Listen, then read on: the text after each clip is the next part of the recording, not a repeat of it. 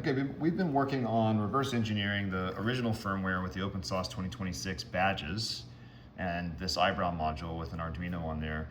Out of the box, it comes with a sort of a Bop It game. It's kind of a memory game where you need to touch different things. So took that game and made it a little bit better and then added some other features. So I'm going to run through all the things that are on here and demonstrate. So let's turn it on. So first of all, when it boots up, it goes into an attract mode. So it just kind of plays the LEDs randomly, and using the teeth touchpads, you can switch to different attract modes. There's just solid light. This one here is like a little rotational pattern. There's a blinky boy. And then the default is a little slower. So I like the attract mode, that's a nice one. Look at him go. And then if you press the button, these 5 LEDs are a menu with different programs. So the first one is Bop It. If you hold the button down and then release, you'll start that mode. Second mode is Simon. So it's just the, oop, I'm too slow. Let's do that again. Uh-oh, there we go. And so on and so forth. It also tracks your high scores, and it will celebrate if you break your personal record. That was a high score for me since it's just reset. And it also shows your score in binary at the end.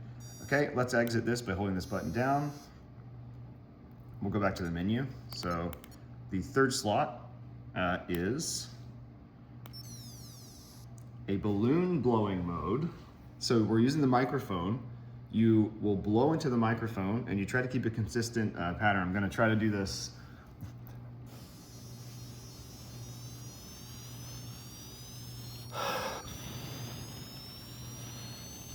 There we go, nice. So there's an indicator that shows the balloon's inflation. There's a cooldown. So I'm gonna jump back into it. Let's show it one more time. It says it deflates.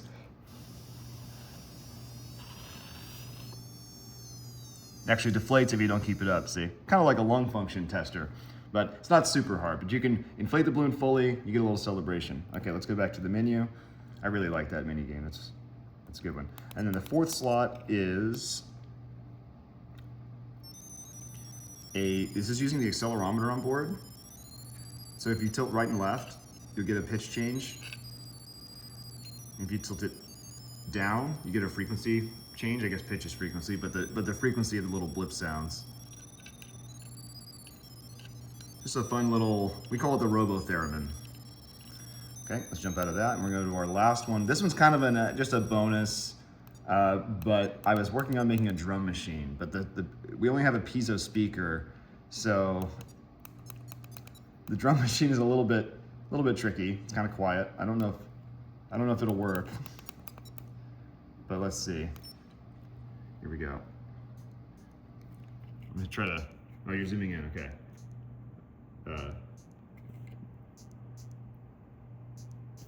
So we can set the pads using the teeth, or sorry, so you can set the banks using the 4 outer teeth. I'm quantizing to a 4/4 thing, and then I have 3 banks. So you can press this button to switch between the banks. And there's a bass drum on this bank, there's a snare drum here, and there's a hi-hat here. Of course, the piezo can only play one thing at a time, so there's a tiny little gap between. It's something to poke around with. And finally, there's one more special feature. I'll go back to attract mode. We're in the menu, we're gonna let this back out. It takes 3 seconds to reset to attract mode. There it goes.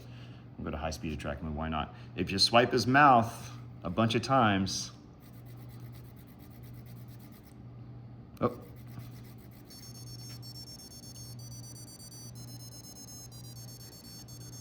Oh yeah, Sandstorm, baby. So yeah, that's it. That's where we're at right now.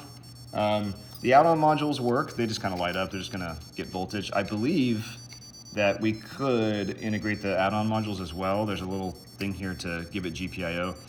We didn't get to that last night. We stayed up until 4 in the morning. But yeah, it's pretty cool. It's fun. The Bop It game is really fun.